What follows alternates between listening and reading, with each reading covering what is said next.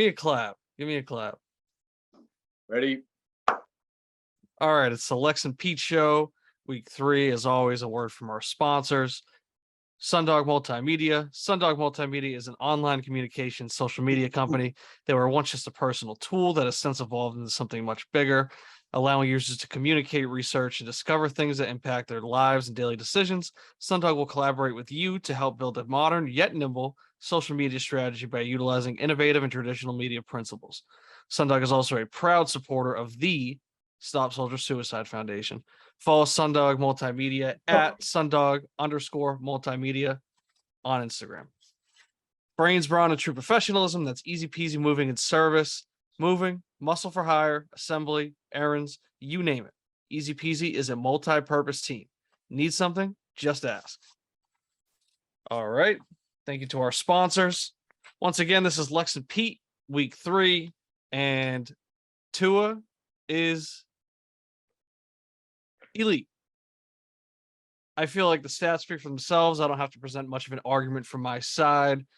Pete, I think I'll let you start, and then I can kind of respond from there. Yeah, I mean, it's not a good week for Tua haters. First of all, let's get out of the way first. Not a good week for Tua haters. Tua had a good day. Tua had a great day.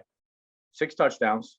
Obviously had a great fantasy performance. Led his team back with 4 touchdowns in the fourth quarter to come back from 21 points.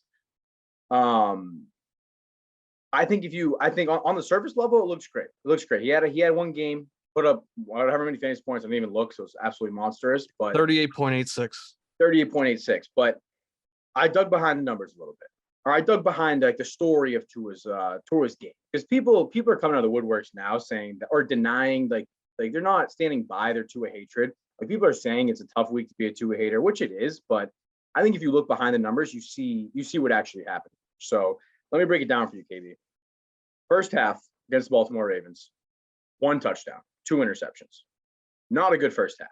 They were down 21 points for a reason. Not a good first half, 2 interceptions, 1 touchdown, not good. So I'm thinking, okay, now he throws 5 touchdowns in the second half. What's the difference? What happened between the first half and the second half? To my surprise, I find out the Ravens had 3 cornerbacks on the injury report heading into the game. Marcus Peters, Marlon Humphrey, who's their 1 and 2. And then another guy banged up, Demarion Williams. He's like a rookie. But they all started. So, they all started. They all played the first half. Tua had 2 interceptions, 1 touchdown. And then we get to the third quarter, throws 1 touchdown in the third quarter. Again, not really lighting up the stat sheet. Typical Tua, 2 TD, 2 interception day. And then this is what happens in the fourth quarter. He throws 4 touchdowns. And I'm sitting here how the hell did Tua throw 4 touchdowns in the fourth quarter after throwing 2 touchdowns and 2 interceptions in the first 3 quarters? And then I find out that all 3 of these guys for Ravens secondary came out of the game. So Marlon Humphrey only played 78% of the snaps, of the defensive snaps in the game, did not play the fourth quarter. Marcus Peters only played 62% of the defensive snaps in the game, did not play the fourth quarter.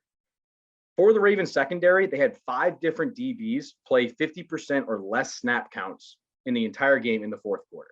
So what I'm looking at here is, yeah, sure. On the surface, 6 TD, Tua blows up. He's on the map. People think he's the guy.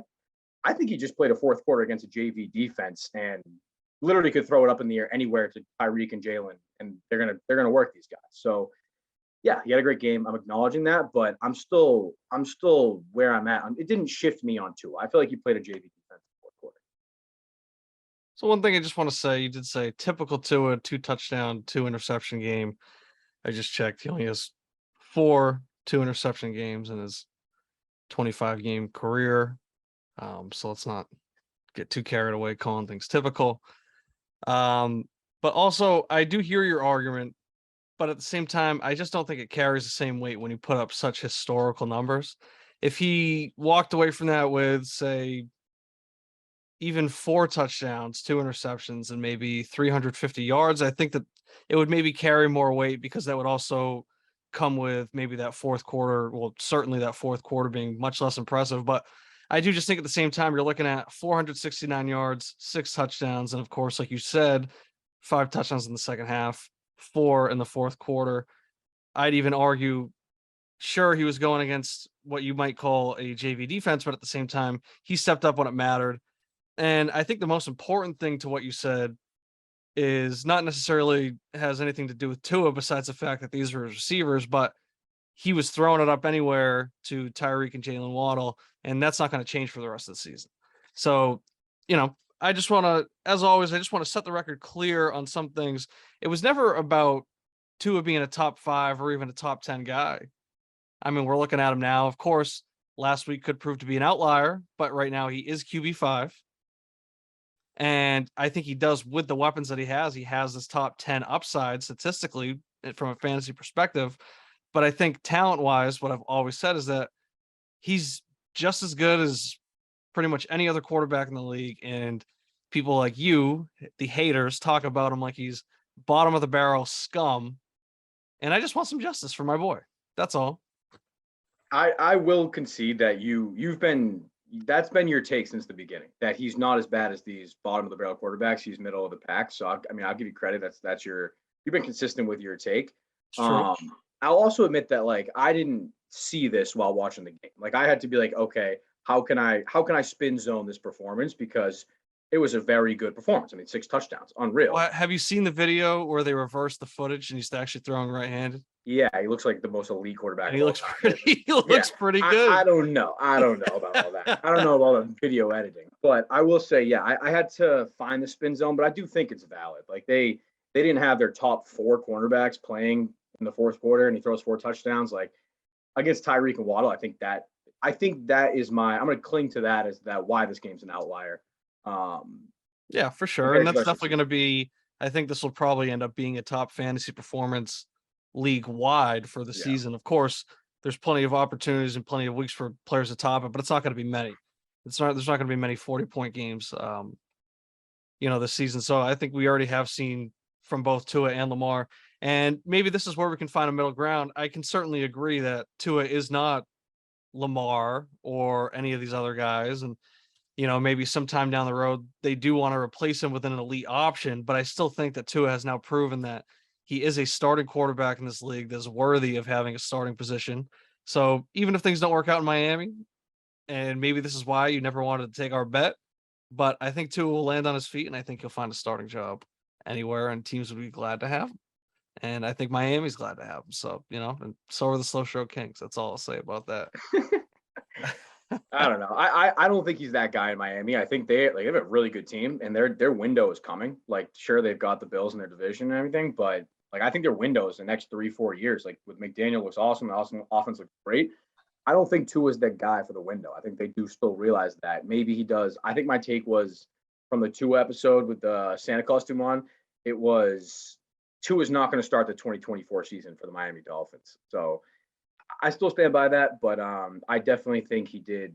He's looked better this year than I thought. I guess I'll give him that. Yeah, and I think the big thing is that if he can continue doing what he's good at, which is just being accurate and kind of having that really good timing and knowing kind of when to make the throw and who to give it to, when it comes time for him to get a second contract, he could actually be a very cheap option. So if he is exactly what they need and they can save a ton of money at that position, then that actually might be his way into sticking with the Dolphins, and that could actually, him not being an elite guy could actually play into his benefit in terms of maybe our bet. But I think that's all we need to talk about with Tua. I think a lot of the other haters, guys like Wallace, who had Tyreek's bags packed for him the moment he was traded to Miami. I think that guys like him have maybe been proven wrong, thinking that Tua would not be able to support guys like Tyreek and Waddle, especially the two of them in the same offense together. But that's also the big thing, is that I think that the way that this Miami offense is going to run is that it's going to be them all year. I think a big reason that I lost, and we can even get to this when we get to the power rankings, but was because, well, I wouldn't say a big reason. I'd say arguably the reason that I lost is because I decided to take Gesicki out of my lineup after a 1-point week, and I put in Jonnu. And of course, that difference, it was a 12-point difference that would have put me well above Wallace. I would have actually won this week if I had just stuck with my guns, stuck with Gesicki in there. But at the same time, they both got 4 targets, and they obviously did very different things with them. But Gesicki's still not a reliable option at tight end for me, and that could be a place that I'm looking to upgrade at some point if I do want to maybe take this season seriously or even moving forward. But Gesicki, something I've said before. This is the last year in Miami. He's going to end up on a team that he's going to want to be on and that will want to use him next year. So he's definitely a hold for me. I'm not looking to sell him low or anything. Golf. There was a big match last week, or last night, I should say. It was myself and Jeremy versus Slippery Pete and Zach Bowen of the Zits. Jeremy of Big Brain, of course. Slippery Pete as the representative for your team, and I'm the representative for mine. We will say that Jeremy and I beat you guys 9 holes at Rochester, the front 9, 2 holes to nothing at match play. So that means that there were 7 holes that we pushed. And then in skins, we beat you 5-0. I think the big thing that sticks out for both of those scores is the 0 in the loss column. Slippery Pete, that means that you guys got shut out. Do you have anything to say about yesterday afternoon / night's golf match? Yeah, first of all, Bone and I are a much better duo than you and Jeremy at golf. We proved that in the first matchup about a month ago, or before Jeremy went to Colorado to settle to the West. We ran this matchup for the first time, and it was a boat race. Bone and I boat raced you guys. Sure, we played extra holes because we had. For those who don't know how it works, it's 2-on-2 scramble match play. If you have the hole, the next hole is worth 2 points. Play 9 holes, one team comes out on top. First match, Bone and I boat raced them. They didn't win 1 hole. But we had holes lingering that had been pushed to the next hole. That's actually not true. We did win holes. You did not shut us out. I think it was like 9-2 after how many holes we played. It was a boat race. It was a boat race. Either way, the matchup's 1-1. But you did just say that we didn't win a hole. I think you're trying to compare it to the matchup that we just had, the most recent one that is only 24 hours old, where you guys truly did not win a hole. Where Jeremy and I in the first matchup, we did win points, we did win holes. I'll take my hand up. I'll put my hand up and admit fault for this loss. Bowen, guy like Bowen, Bowen, ultimate vibes guy, brings the good vibes everywhere he goes, no matter what. We're chopping it up, talking fantasy, walking down the second hole fairway. And Bowen asked me what I think of Olave. I didn't say anything. I looked at him, hit him with a smirk, not very confident smirk. And it really, what Bowen said to me was, your silence was what was so loud. After that comment, the energy shifted and we just never clicked for the rest of the match. So I'll put my hand up. Didn't play well. Made the Olave comment on the hole 2 fairway. And it was downhill from there. So matchup's 1-1. I'm looking forward to a rubber match. Yeah, I must agree. It was definitely a very good feeling for us. We got the win back. It was good to kind of make a statement like that and shut you guys out. Yeah, I think we should probably have that third matchup very soon, and maybe get to the bottom of this, and maybe we can create some content out of that. Maybe have a trade come out of that. Speaking of which, we will just move into the next topic, which is the trade that just went down tonight between myself and team I Love My Mom. It was a trade of the Moors and some picks. I traded Sky Moore, Big Brains 2023 first, and I believe Simcoe's 25 first for Elijah Moore, and I believe Simcoe's 24 second. Slippery Pete, what's your immediate reaction to that trade? First thing, I was confused. I think it's a tough trade to evaluate. I mean, you're talking about all picks and, a sophomore wide receiver and a rookie wide receiver. So it's tough to evaluate from the jump. My gut reaction was like, I think if you take out the 25 first you gave up, from a value side, it looks fair to me. But like I said, it's tough to judge value in general. I think it's really like, for me, if buying Elijah Moore after Garrett Wilson's breakout game is a little suspect. Like when I drafted Garrett Wilson, I was unsure of Zach Wilson, if he could support him. I think it's like it comes down. It's just so reliant on Zach Wilson to me. Like I haven't seen Zach Wilson support one wide receiver one.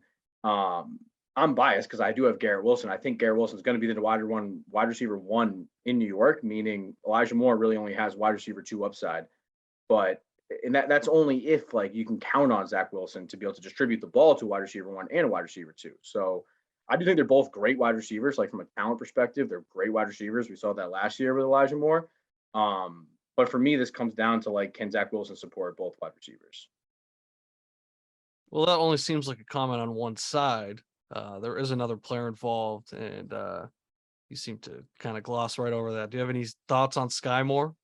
I don't know. All he's done is return punts so far, so it's kind of hard to tell. I mean, he's got a 4-year contract with Mahomes, but in KC, we haven't really seen anyone step up and take those Tyreek carries yet. It's kind of been evenly distributed against Juju, Valdez-Scantling and Kelsey. So I don't know. Like I haven't seen him. I haven't seen much from Moore. I haven't seen much from Sky, and there's a lot of picks involved. So I think it's a tough trade to evaluate. But my gut reaction was without the 25, I think it's fair, and I'm not sold on Elijah Moore as wide receiver too because of Zach Wilson. Yeah, so I think that's an outdated take. Your take in terms of having wide receiver one upside versus wide receiver two. So first of all, we have seen Elijah Moore step up so last year I have his game log here. He had a very good stretch where it started with his game against New England week 7. He had 9.7 points, and he only did that on one reception for 13 yards. So he had a lot of rushing there. Sleeper on the desktop is not a very good Nah, it's a phone built app. yeah, so I'm gonna have to pull this up on the phone just so I can get the true game log. So he's shown that he can't have that rushing ability, right? Because we're looking at the Pats game where he had another rush for 19 yards. And he had a touchdown, so that was a slow way to working his way in. And then he started getting 6 targets. So another game with 6 targets. He actually caught all 6 against the Bengals. 8 targets. He caught 7 of them against Indianapolis. He also had a touchdown. He had 84 yards. That's 23.9 points. He had 11.9 against Buffalo on 6 targets. 25.6 against Miami on 11 targets. Had a touchdown there.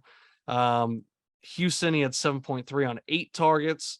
And then Philadelphia, he had 12 targets. He scored 17.6 points, had a touchdown in that game as well. So he's so the big thing for me was that he's actually flashed the talent. He's flashed the ability. Yeah, he's agreed. shown that he can play and put up big numbers in the NFL, where Sky Moore hasn't done that yet. And that was a little bit, I wouldn't say it was a panic sell. I think it was more of just, I saw the proven talent there, and I don't really have the patience to wait on Sky Moore, because I don't think Sky Moore is going to break in too much with how many veterans are in Kansas City and kind of what their goals are. I think it's kind of the same thing with teams like Buffalo, where Gabe Davis, it took a little bit for him to kind of get into the rotation in terms of his first 2 years. Even a guy like Khalil Shakir, I don't think he's going to see the field much despite him being talented, because they're going to lean on guys like McKenzie and Jamison Crowder just because they're veterans and they're a team with Super Bowl aspirations. So I don't know how much Sky's actually going to get involved, but also part of my concern with him is that he could just be kind of following that Mecole Hardman route where,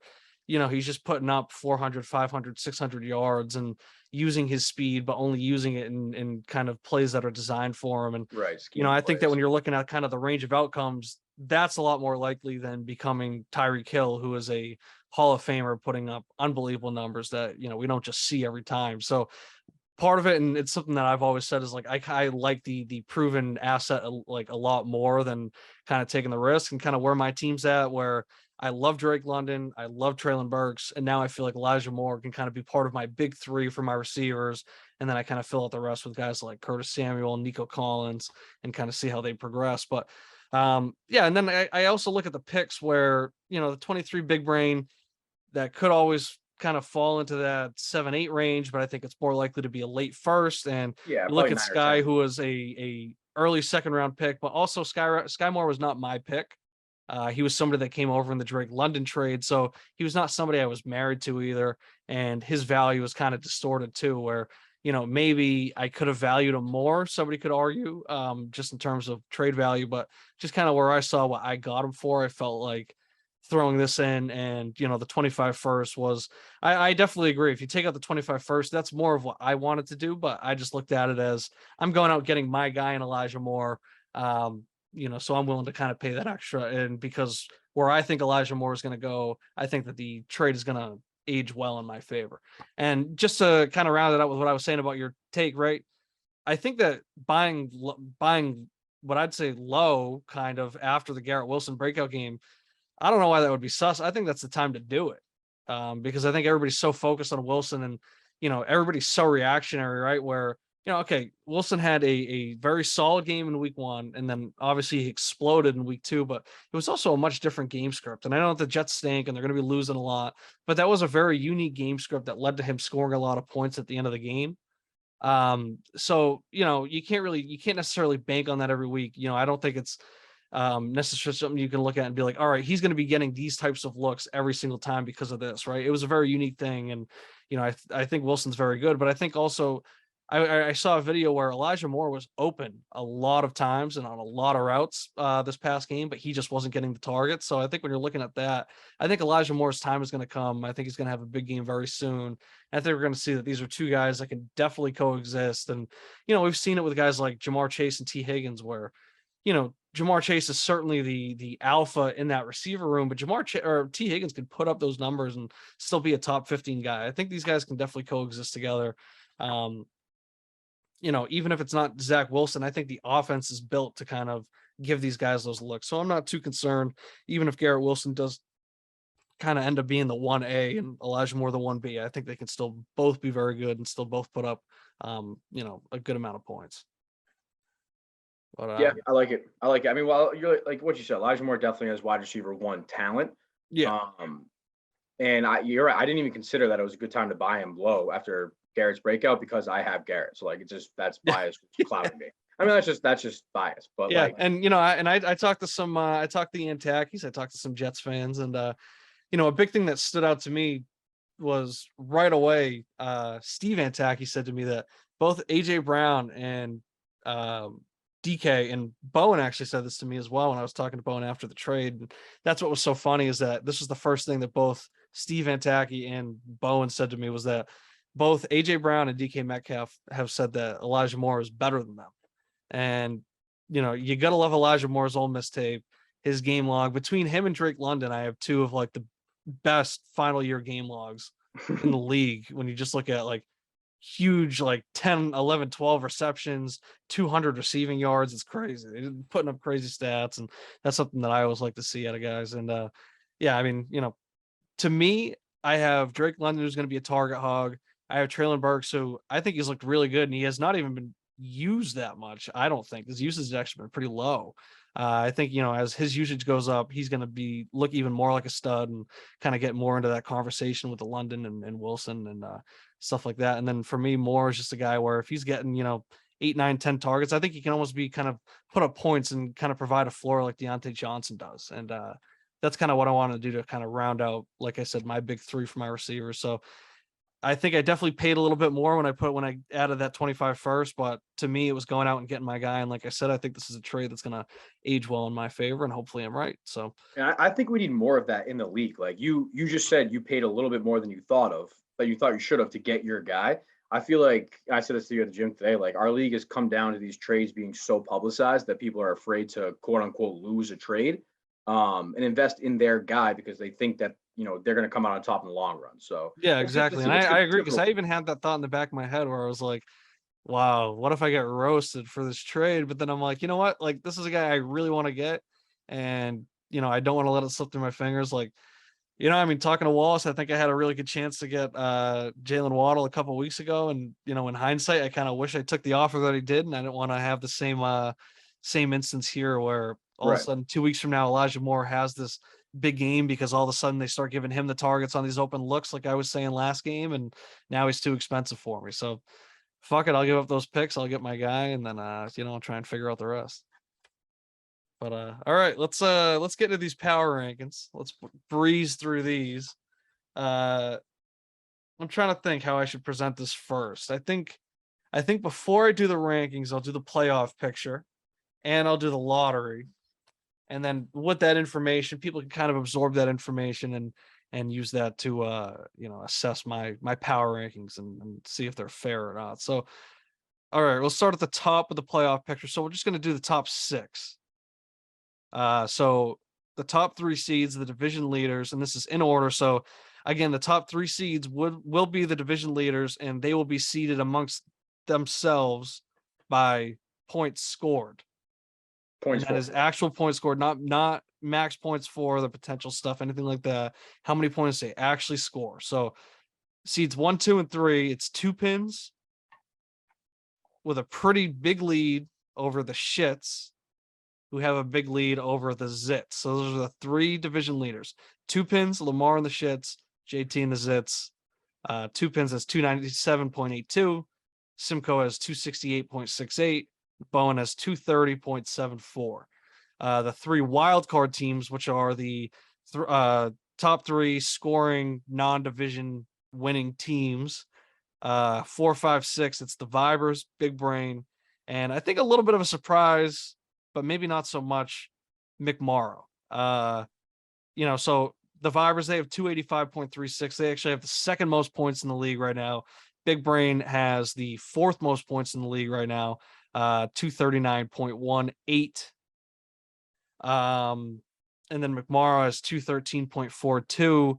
The next couple teams out, Slow Shore Kings, Wallace, the Suns, were all within 13 points of them. So, that could be. I think it's kind of what we projected in the preseason power rankings, right? Where we kind of have this locked in top 5, and then it's really just going to be a battle for that 6th spot.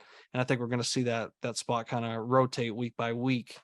So that leaves the non-playoff teams, the lottery teams. Well, I guess only the top 4.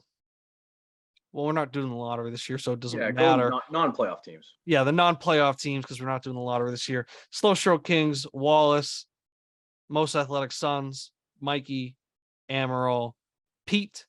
Those are the 6 teams. That's an order of points 4. So those are the next 6 out. For the actual lottery, it goes from 6 to 1. The Most Athletic Sons, which is owned by Slippery Pete. The Slow Stroke Kings, which is owned by Slippery Pete. Wallace, who owns his own pick. Amaral, which is owned by Slippery Pete.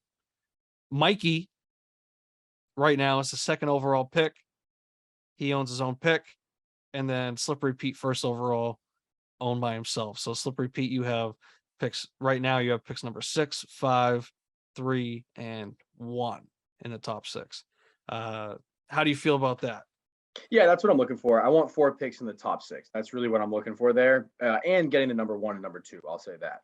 So I'm calling this like pick investment successful if I get the 1, the 2, and then 2 more in the top 6, and then I expect that 5th one to be Bowen, who's in the playoffs. So that can kind of fall wherever. But yeah, I feel good about it. I think it's a long season. We'll go through that probably every other week when we do these power rankings, and we'll see kind of how it shifts. But as it stands now, it's what I expected, and that's what I'm talking about. Four in the top 6 is what I'm looking at. Yeah, I think one thing to note is that McMorrow, if he were not in the playoffs, he would have been, just in terms of raw max points 4, he's actually 4th. He would actually be 4th overall, 242.54. He would be less max points 4 than both Wallace and myself. So, I think as that 6th spot in the playoffs fluctuates, I think that will definitely change up that draft lottery a ton just because of the picks that you own. All right, so going off of all that, let's just do the power rankings. Trying to think, how do we want to do this? Maybe I'll go piece by piece. So I think we'll do the obvious one, number 12, Team Slippery Pete. I don't think there needs to be much said on that. The vision. You are tanking beyond belief. You are putting up an unbelievable lack of points. Moving on. Number 11, Amaral. Amaral's number 11 here. I think he's got a scrappy team. I think he's kind of a lot like maybe the Detroit Lions last year, where he might bite back a little bit, but ultimately he's going to lose. Jameis is looking very, very bad. I don't really know what else can be said. Amon-Ra St. Brown is quite a bright spot. Michael Carter's definitely getting some run. Goddard's great tight end, but besides that, we're looking at poor QB play with Mayfield and Jameis. Chark looked good in week 1, but that looks like it's going to be kind of an inconsistent thing, especially with how Amon-Ra's just kind of hogging all these targets. And then, he's just filling out the lineup with guys like Lockett, who's going to be inconsistent. McKinnon, he can't trust on. Dortch. And then, Chase Edmonds, Claypool, Pickens, Christian Watson, Pierce. These are all kind of wait and see guys. So, I think over the course of the season, this is kind of where Amaral's just going to stay. I think he will have some weeks where maybe he pops off just a tiny, tiny bit. But yep, Amaral at number 11. Pete, you have any objections to that? No objections to it. I like it. I haven't been on the show since we added Amaral, so I would like to say that he is an elite fantasy football addition to the league. You look at his usage, like the messages, transactions, and trades already done in just a couple of months, already outweighs most of the guys, like some guys that have been in the league since the beginning. So love to get for Amaral. I feel bad that he got stuck with Christian Watson as his 22 pick this year. But besides that, like the only thing I think with him is like I'm wondering what he's doing with Edmonds and Lockett. He got them on trade. Seems like guys that like don't really fit his timeline at all, and like kind of have a low selling point right now. So I'm confused by why he got Edmonds and Lockett in that trade, the big one that went down with Williams and Fournette. But other than that, yeah, I think he's going to trade those two guys. That's about the only thing I'm looking at for Amaril's team. Yeah, I think as always, it's just interesting to kind of see what he's going to do, what kind of trades he's working, and it looks like he's looking to acquire a ton of picks. Right. And I don't know if he's going to kind of see all those picks through, if he's just going to package them together, try and move up, make some moves off of that. But excited to see as always. Moving on, number 10, I think this would be maybe a slightly controversial pick. It's the league junkyard dog. We got Mikey. We got Go Tigers. Right now in the power rankings, that is our 10th ranked team. I will read the stats. He is third to last in points, 196.94 points. Right now, if we were to have the draft, he would be the second overall pick. This is just a team that's kind of been through it all. Najee Harris is, dealing with, I don't know what his foot injury is, but he's just kind of putting up average points. Who else does he have? He's got Mr. Unlimited. I think that trade will never make sense. He's got Yeah. Justin Fields throwing 11 passes. That's an NFL quarterback throwing 11 passes in a game.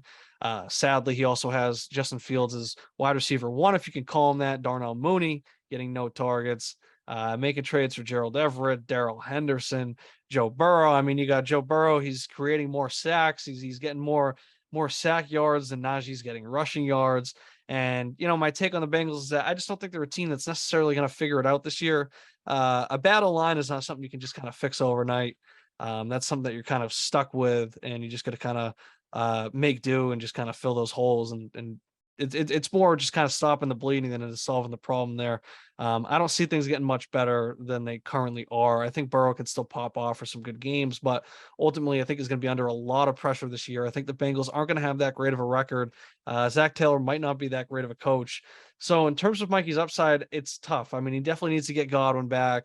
That running back depth is tough. It's tough. He's got Melvin Gordon, McKissick, Zach Moss. These are just guys that aren't doing much. So Mikey's team's in a tough spot right now. He definitely has some talent that can turn it around and maybe boost him in some big wins, but I just don't see it in terms of longevity over a full season.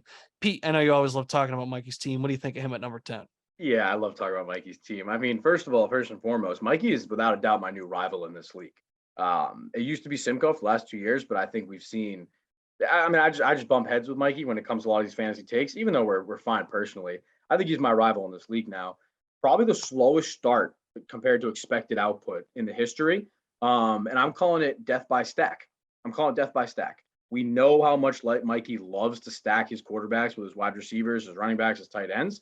And the man is so heavily invested in the Broncos and Bengals, who have had two insanely slow starts, which kind of plagued his team. So it's like from 2 weeks, we've seen either Jefferson goes off for a moonshot of a game and carries his team to victory, or the Broncos and Bengals have crappy games, and then he has crappy games. You know what I mean? That O-line, like you said, you can't fix O-line in the middle of the season. It's tough. I think you nailed that. Burrow could be having some games. Obviously, T. Higgins is going to have some good games, but how invested he is in Bengals and Broncos and the slow start there has been a result for a slow start for him. So I'm calling it death by stack so far. Yeah, and I mean, we're looking at Mikey's roster. I mean, he's got Elijah Mitchell, right? He's got him on the IR. And Yeah, and then just crushed by injuries. yeah, the injuries aren't helping, and his running backs. I mean, so Mitchell's going to be out for some time, and then I've been saying about Najee, it's just one of those when they're playing hurt, you just don't really know how much that's holding them back. So, if Najee's just going to be putting up these average games, he's already shown that he's not really the most efficient guy.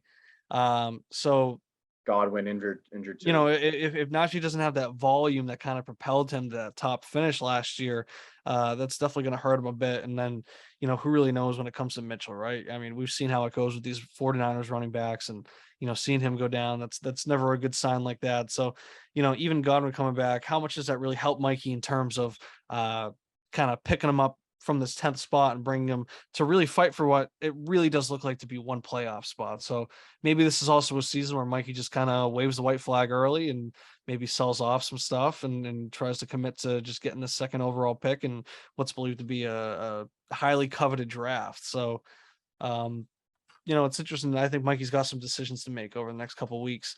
All right. I think these next two I'll do together. I think that's how they should be done. I think these are two teams that are, somewhat intertwined, whether it's being division rivals, recently making trades together, playing each other last week. At number 9, and maybe this will be met with some controversy, the order that I read them in. At number 9, I have Wallace, and then at number 8, I have the Slow Stroke Kings. So that might be controversial, given the fact that Wallace did beat me this past week. A lot of people were kind of getting on my team and talking about me wasting a Tua career high game, maybe the best game of his life that he'll ever have. And I don't even think that that's too bold to say, just given how insane those stats are. But there were talks about me wasting that game. But at the same time, I think you just have to look at the fact that he did have Waddle going against me, and that ultimately canceled it out. I think I netted positive a few points.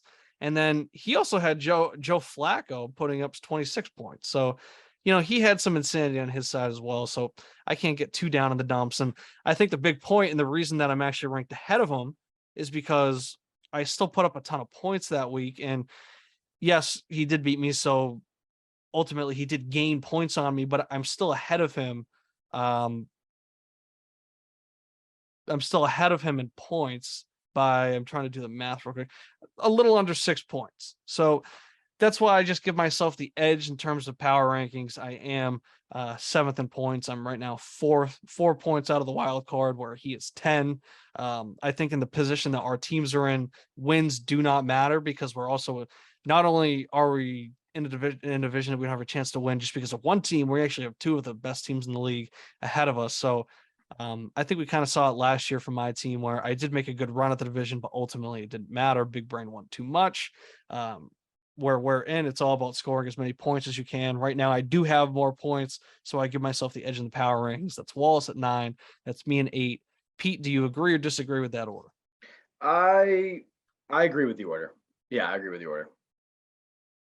Yeah, I mean, I think just in our format, it's kind of tough to argue. Of course, you can argue the win, but like I said, I think that the way that we played, wins don't matter as much if you're not competing for the division. We're two teams that are definitely kind of in that middle ground. So, if we were better, if this was maybe a higher end matchup, like some of the ones that we saw last week, and we're going to continue to see, those ones would matter more. But ultimately, I think a win in week 2 is not going to factor in too much with where we're at. Moving on, we got number 7. I'll just leave it at that. It's McMorrow. McMorrow's number 7. He is the 6th ranked team. He is the final playoff team currently. I don't know how long that's going to stand. His team's just old and told. That's all. It's a very boring team. I'd cry my eyes out every night if that was the team that I had to play with. Carson Wentz, I know he's playing well. Kirk Cousins, I know he's an underrated quarterback. I've always said that. He puts up great fantasy points. He's always that top 12 fringe. So, you do have production out of the quarterback spot, but holy hell, those are the 2 most boring quarterbacks in the world. I'd hate to root for him on a weekly basis. You got Zeke, you got Pollard. I'd hate to be in that Dallas backfield right now. Deontay Johnson's catching passes from Mitch Trubisky. You got Allen Robinson, who, yes, he got a touchdown last week. He's looking old. Who else does he even have on the team? All right, he's got Mark Andrews, good for him. Derrick Henry's looking old. Dalvin Cook's inefficient right now. It's a boring team. It's an old, boring team. McMorrow seems like he's content with just riding it until the wheels fall off. And I think we're kind of seeing those effects now, right? He's definitely coming back down to earth. We saw it ever since Henry went down last year. McMorrow just went from being, a team putting up historic offensive numbers to now just kind of being a middling team, and maybe he's happy there. Pete, what do you think about McMorrow being at 7th? Do you think that, do you think that he's the 6th playoff team, in 13 weeks, or do you think he's here or maybe even lower when we're doing the power rankings then? Yeah, he's still in the conversation as that one playoff team. I don't think people realize that this is a one playoff team race. Like that seems pretty clear. I don't know if people have like kind of figured that out yet. I think he's in the conversation, but I still would have more confidence in like Mikey turning it around in this roster, because and I love that you started off with running back, or McMorrow's team is old and told, because look at, like, I have 3 bullet points on McMorrow's team. I don't know if you can see that. Maybe give it a Nope. chance to focus in. No, Nope. no, it's all blurry. All right. Well, the three bullet points I have on McMorrow. Bullet point number one, Lightning McQueen. Bullet point number two, RB's old and told. Bullet point number three, needs to sell. So, like, I mean, that's exactly what you just said. We're on the same page there. I just think he's got to sell these running backs at the deadline this year. I think it's time.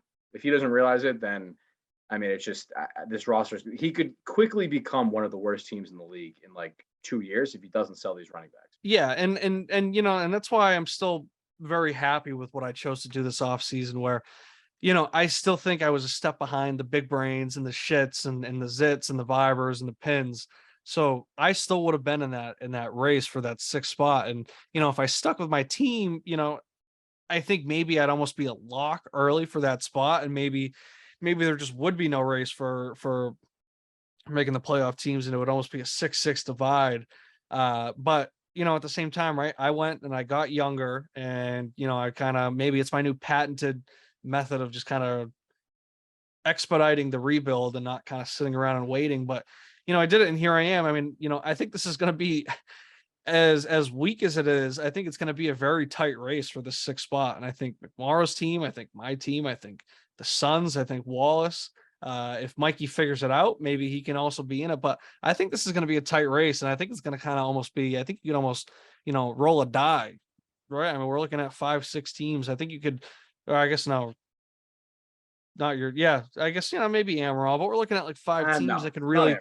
I'd say it's a 5-team race for this Yeah. one spot, and you know, I think that you can almost just kind of you know flip a 5-sided coin or something, and you know that's kind of how it's going to play out at the end of the season. So I think it'll be interesting to see. And you know, I did mention it.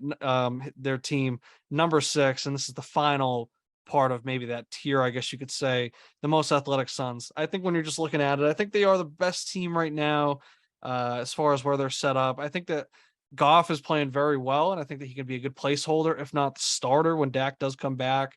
You know, they're in the hunt right now. The Suns are. They're 13 points behind McMorrow, so they're still behind me and Wallace. But you know, I think Brady's going to figure it out as well. I think there's no reason to believe that he won't. Of course, you know, maybe this next week or two, it's going to be a little hectic, you know, not having Mike Evans, you know, seeing how these receivers like Godwin, Julio, if they come back from injury. But I do think the Suns are still set up pretty nice. Kamara has been doing too much. You know, James Conner, he's dealing with that injury right now. But, you know, we're seeing Conner, CeeDee Lamb, Cooks, you know, even Waller. These are guys that aren't doing too much. And I think you can expect them to kind of step it up a little bit. So, you know, I think this is a team that's underperforming. I think they are going to get stronger as the season goes on. So I do rank them a little bit higher right now. You know, maybe in terms of the power rankings, they should actually be lower. I think maybe ranking them at 6 is a little bit more of a projection, but I do think that ultimately they are worthy of being here. Pete, where do you have the most athletic Suns? Yeah, I'm glad you said that it might be a little bit of a projection because I was surprised to see them at 6. I mean, they are in that conversation for the that 6 playoff matchup, but this is a team that I don't believe in. That's why I bought their pick. I traded Simcoe's pick, 23 first for and 2/3 for Jalo's pick with Amaral. So I love that trade. I don't believe in this team. I think CHE is a fraud, touchdown heavy in the first 2 weeks. I think he's a fraud. Cordell Patterson, I think he's old and decrepit, also a fraud. And I think James Conner was a touchdown heavy last year and doesn't put up those same numbers. So like those 3 guys, I kind of think are fraud. Alvin hurt, and then they've been banged up. Alvin Kamara's hurt, Dak Prescott's hurt, which is also bad for CD. And like you said, Brady's weapons are hurt too. So I don't believe in this team. I don't think they make playoffs. I like having the 23rd pick. The one thing I had a little, are you ready? I'm going to do a little sabermetric here. Strap in. 64-point differential between points for and max points for. Highest in the league, which makes him technically the worst coach in the league, but also means that he's sneaky deep. That kind of scares me a little bit. Like the max points being that high compared to what he actually started his roster, like owning his like pick, I got to kind of be like these guys aren't going to be. He's got guys on his bench putting up decent points. So Yeah, and that's kind of why that's also kind of why I gave him the edge here too, because you know, you just got to be a little optimistic, and you got to hope that they do figure it out and they do start playing the right guys. Because if they were, you know, that 264.7, that's no joke, and it's not necessarily. I mean, I guess the thing that you could say though with this team, and I was talking to Angela about this though, is that they are putting up these points, but they're also starting the most logical lineup. So Right. it's not, I think it's a different thing than maybe me starting Jonnu over Gesicki, where, Right. that was much more of a gut feeling gone wrong, where the Suns, they are playing the lineup that they pretty much are going to be playing every week. So, these guys are almost going to have to continue going off on the bench. So maybe it's not something that improves, and, maybe they're kind of stuck in this rut where they are going to have that differential. So, you know, yeah, it's going to be, maybe that's a narrative to keep an eye on, just because, um, we could see kind of what they're dealing with in the front office and on the sideline with the most athletic Suns. But yeah, I mean, I do think, like I said, it is a little bit of a projection, but when we're splitting hairs, and I'm also looking at McMorrow and then myself and Wallace, just in terms of what they're dealing with, what those teams are dealing with ahead of them. There's a lot more roadblocks where McMorrow has the pins and the vibers, and me and Wallace have Simcoe and Big Brain, where the Suns, they pretty much only have Bowen in front of them. So there is a little bit too of just being in the easier division, maybe having a little bit better odds at actually winning the division, even though Bowen will be tough to beat. I just give them situationally, I give them the edge a little bit too. So that rounds out that or I guess that bottom seven. Bottom six. That tier that we said is all kind of fighting for this last spot. Let's kind of get into that top five. At number 5, I have Big Burn. We can get into it when we talk about the next team a little bit. I think they could be ranked a little bit higher. They are fourth overall in points. So I guess you could argue that they should be fourth, but right now, they're not a division leader. Simcoe is. So I have to kind of have them in that bottom 3. And, that's going to be tough. I mean, it's going to be a tough divisional battle this whole time. They're looking all right, but there are some questions at quarterback. Rodgers, I think everyone's kind of banking on him to just kind of figure it out and get stronger as the season goes on, like he usually has. But I think he's got a tough road ahead of him, just kind of with these rookie receivers and figuring it out. And he doesn't have a guy that can kind of carry him to these big numbers like Devontae could, and like Nelson could, and Randall Cobb back in his day, and Greg Jennings and all these other guys that he played with. Greg Jennings. Yeah, so it'll be interesting to see, and then especially with Tannehill stinking it up. They're hurting at quarterback, and maybe they could be looking to make a trade with a team like the Suns, who has Tom Brady available. If the Suns decide that they want to commit to maybe kind of being in that rebuild stage instead of, fighting for the 6th spot, maybe Brady's the guy that goes on the move to them. But I think Big Brain's a team that needs to make a move for quarterback if they want to solidify everything, because Christian McCaffrey, maybe the Panthers have realized that the way to keep him healthy is to use him less. And if they're not running him into the ground, he could still put up efficient numbers, but we don't give up points for efficiency in this league. So if he's not getting unlimited touches every game and putting up 20, 25, 30 points a game for them, and he's kind of putting up these 12, 15, maybe going off for a 17-point game, it could be tough for Big Brain to kind of put up these historical numbers that they put up in the last 2 years. So I think it's going to be a little bit more of a battle for them. And I think they're going to kind of have to figure out how to kind of make the right management moves and figure out who to put in that flex spot. I know Amari Cooper was on the bench this week. He had some big plays. It was looking really good for Cleveland. So I think Big Brain's going to have to figure some stuff out. I think they're almost kind of in a similar position to where the Chiefs are this year in real life, where they don't have maybe the big boom that they had last year, but they still have a very good, very solid roster to roll with. Pete, what do you think about Big Brain? Yeah, Big Brain feels to me kind of like, I mean, through 2 weeks, they feel like McMorrow's first year team. Insanely running back heavy, 4 elite running backs, and then these just mediocre numbers from their quarterbacks. I think they're gonna ride these running backs to the playoffs, but I think you hit the nail on the head with saying they need to make a move for quarterback. Like, even if Rodgers does figure it out, it doesn't really look like Tannehill's gonna figure it out. And this is a 2 QB super flex league, so quarterbacks win this league, and I don't think you do it with those two.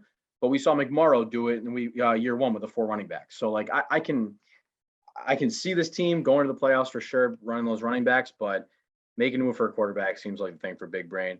The other thing I had was Michael Thomas. Like, Mitch was kind of talking to me like he hang his hat on Michael Thomas, like he's doing really well. They called that, like they bought him in the offseason. He's had 3 TDs in 2 weeks. Hasn't had over a 70-yard game, 5 receptions and 6 receptions in 2 games, getting absolutely destroyed by rookie Chris Olave in targets. So And I even, I want mean, Jarvis put up a huge yeah, yardage game in week exactly. 1. So it's like, I don't think that we're seeing Michael Thomas be the runaway wide receiver one that we've seen in years past. I think it is definitely more spread out amongst those three. I think it's definitely top heavy with I think Touchdown. Thomas and Olave are definitely the runaway 1 and 2s. But I mean Jarvis being in the mix, I think is also bad news for kind of everybody because I think it's going to spread it out because I also don't know what we're going to see from Jameis for the rest of the year. I mean, he looked very Doesn't look good. bad. Doesn't look good. Yeah, he looked very bad. He's playing with fractures in his back. The Saints have not looked very good either. I mean, they looked horrible against Tampa Bay, and it took a big comeback to beat the Falcons. I mean, they gave up a ton of points to the Atlanta Falcons. So yeah, I mean, like you said, I mean, Michael Thomas, he is seeing good volume, but I mean, his numbers aren't runaway. He's not putting up the huge reception numbers that he has, and maybe he is being carried a little bit by touchdowns. And everybody knows that touchdowns aren't always the most reliable stat, but yeah, I mean, I think that maybe this could be an interesting position for Big Brain where this is something new for them and maybe that'll be what works. Maybe coming in and not getting that first round bye weirdly will be better for Right. them. And Right. I think also as long as his running backs stay healthy, I think that they can kind of have a McMorrow type run where, Right. they do just get 15, 16, 17 points from 4 or 5 guys, maybe And one even of them 6, gets like 25 or just something. given their running backs and receivers. I mean, these are guys that could put up huge numbers, and I think Rodgers still has a decent floor, but I think, a move for quarterback will be kind of what they need to, kind of move themselves back into the elite tier. But I mean, that's enough on Big Brain. I They're also still in this think top like 5. with Big Brain, like I think we might have actually just given them the idea to make a move on a quarterback. Like they are that self-centered and that confident in their team, in the situation Oh at all yeah. times. So I think we actually just gave them the idea and showed them what they need to do to win the league. Yeah, we Or might have just given them the blueprint. I know that they're big fans of the show, so hopefully they'll listen to us. Uh, all right, number 4, I have the Zits. So they are the 3rd overall seed right now. I don't think this is too controversial though. They are a little weak in points. They did just take a huge hit by losing Trey Lance, but I was saying yesterday when we were golfing, I do have a bit of a neutral take on the Lance injury. Um, I think the big thing is we just haven't seen Bowen's team with Lance being anything. Lance has been nothing but kind of projection based off of potential. So I don't think it's as big a hit to Bowen as maybe people were thinking at first, just because we've seen Bowen succeed and not have these guys. But I mean, who were Bowen's quarterbacks last year? Did he have Jalen Hurts? uh, yeah, he did. Yeah, Jalen Hurts Yeah, so he and, definitely was and strong. Jimmy G. I think he started Jimmy G. I think he Yeah, might have so like so he definitely was stronger in terms of fantasy points last year at quarterback if he was starting Jalen Hurts. But we haven't, like I said, we haven't really seen it with Trey Lance yet. So he does have well, he had Stafford last year too. So he had what? yeah, Stafford and Hurts. Yeah. and then So Jimmy G and Lance on the he bench. still has Stafford in there. I think there are still some question marks about Stafford if he's going to be able to put up big points like he has in the past. There definitely are some concerns about that elbow injury. But I mean, even the Rams, they haven't looked too great coming out of the gate this year. They definitely let the Falcons back into it last week. But so maybe there are, I mean, just in terms of upside, I think there's Bowen definitely took a big hit, but I think his floor is still there. I think he's still very comfortably in this top 5 for the rest of the season. But I think it is going to be a little bit tougher to move up the leaderboard. I think he's still in a very strong position to win this division, so he might just kind of ride this top 3 out for the rest of the season. But I think in terms of the division winners, I think he is going to be kind of stuck in that 3rd spot. It's going to be tough for him to kind of keep up with the rest of these guys and put up big points. What do you think about Bowen come off of the Lance injury? Do you think 4th is good for him? Do you think he's going to be a team that moves up, or do you think this is about where he's going to stay? Mm, if I had the choice between up or down from 4, I think he would go down as it get worse. I think he's like one guy away. Like it just feels like he's one guy away. I might be wrong on this, but I don't like the idea of starting Aaron Jones and AJ Dillon both every single week. Like that's what it looks like he's going to do. I feel like they both score like a combined, like maybe like they both combine for 30 points every week. So 15 from both, like good. I don't have the numbers to back that up, but like, what do you think of that? Starting Aaron Jones and AJ Dillon every week, or just in general running back. Yeah, I mean, it's I tough think because McMorrow's doing it with Zeke and Pollard too.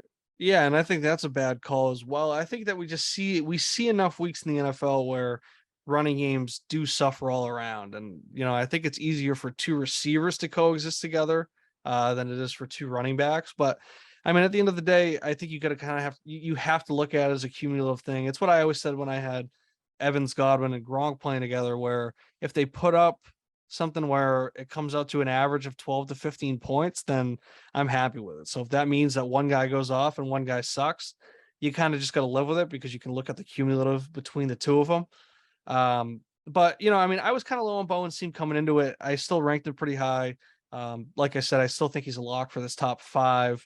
Yeah. But I think that Jonathan Taylor, you're just looking at him to naturally regress, and that's not a knock on him. I think it's just, statistically there hasn't been a repeat RB1 in I think a decade. I think since like Shady McCoy in Philadelphia. So it's tough. It's just tough to bank on him to kind of come back and put up the same huge numbers. And last week we saw a big stinker from him. But the week before he did put up 25. So he's still going to be in that top 10. But he just had such a good season last year that it's hard to replicate. Right. And then we're looking at, like you said, Jones and Dillon. It is a little shaky. I think the floor is still good. It yeah, might and work. I think that's the thing. I think the floor is still good. I think they can still give them, combined 20, 24 points at least every week. I just think the upside is definitely a little bit limited when you have two guys in there from the same backfield. Right. Tyreek and Debo, they're looking great. I think Debo will be just fine with Jimmy G. We've seen him succeed with Jimmy G. We've seen him be, who he was last year. That was with Jimmy G as his quarterback, right? I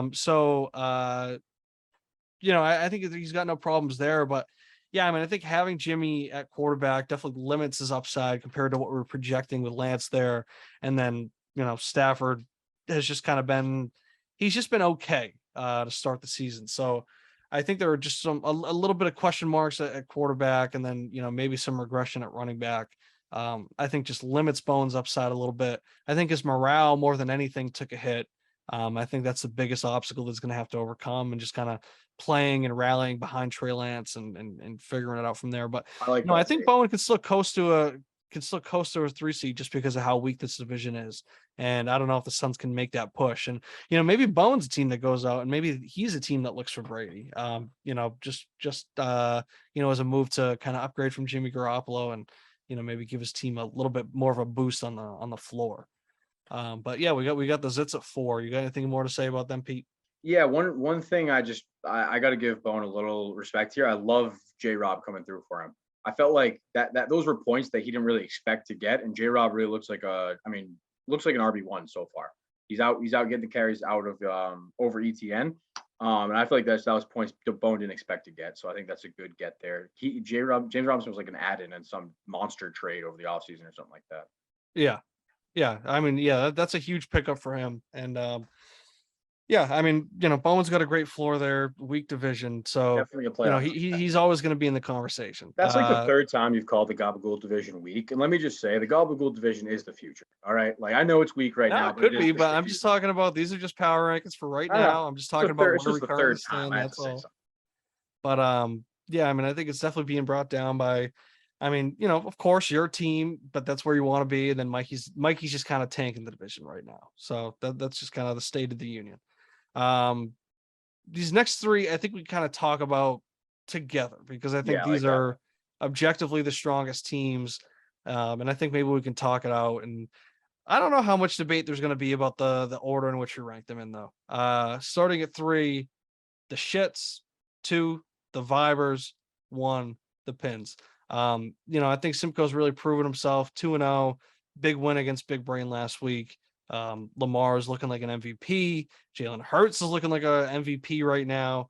I mean, what else? I mean, besides that, it's like, I mean, I feel like Simcoe's just getting solid production, right? I mean, Saquon had that huge week 1. He kind of came back with a very low game, 10 points. Josh Jacobs had 8.6 last week. DJ Moore hasn't been doing much. Christian Kirk has been a very pleasant surprise for him. Kyle Pitts has been a huge disappointment. Adam Thielen's been a disappointment. Keenan Allen has just been injured. So, I mean, that's what I think is most impressive about Simcoe's team, though, is that this quarterback play is just so strong that's something that we've seen in this league can really, carry a team. Mike Evans is dealing with the suspension, but, as always, he looks good.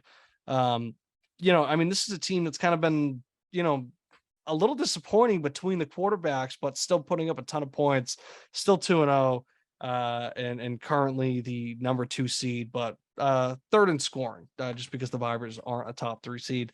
What do you think about Simcoe's team? I think on the surface, we're calling them a top 3 team. We haven't even seen J.K. Dobbins or DeAndre Hopkins play yet. It's So true. like that's like, I mean, that sentence sounds really good, right? Like I'm Yeah. top 3 Dobbins and DeAndre Hopkins playing. Um, you mentioned guys that are overperforming and then guys that are underperforming. I think that's what makes this team good. Is like they feel like they have players that are going to step up every week. Like I still believe Pitts is still going to get those points. I believe DJ Moore is going to get those points. Um, and I just feel like they're so deep. Like Keenan Allen has 8 points. He basically hasn't played yet either. So like talking about as a top 3 team based off record and points scored, and he's got guys 3 top elite players that haven't even really done much yet. So I'm Simcoe's my pick to win it this year. I think I love what he did in the offseason. I love this team. But like you kind of alluded to, you could rank these 3 teams in any order, and I wouldn't give you shit for it. Yeah, and that's why we can continue to just kind of talk about them all together. The Vipers, I gave 2 pins the edge at 1 just because Diggs and Cup, Allen, and yeah, I think it's just that quarterback play is so good with team 2 pins, and then like you said, Diggs and Cup. That's just something crazy.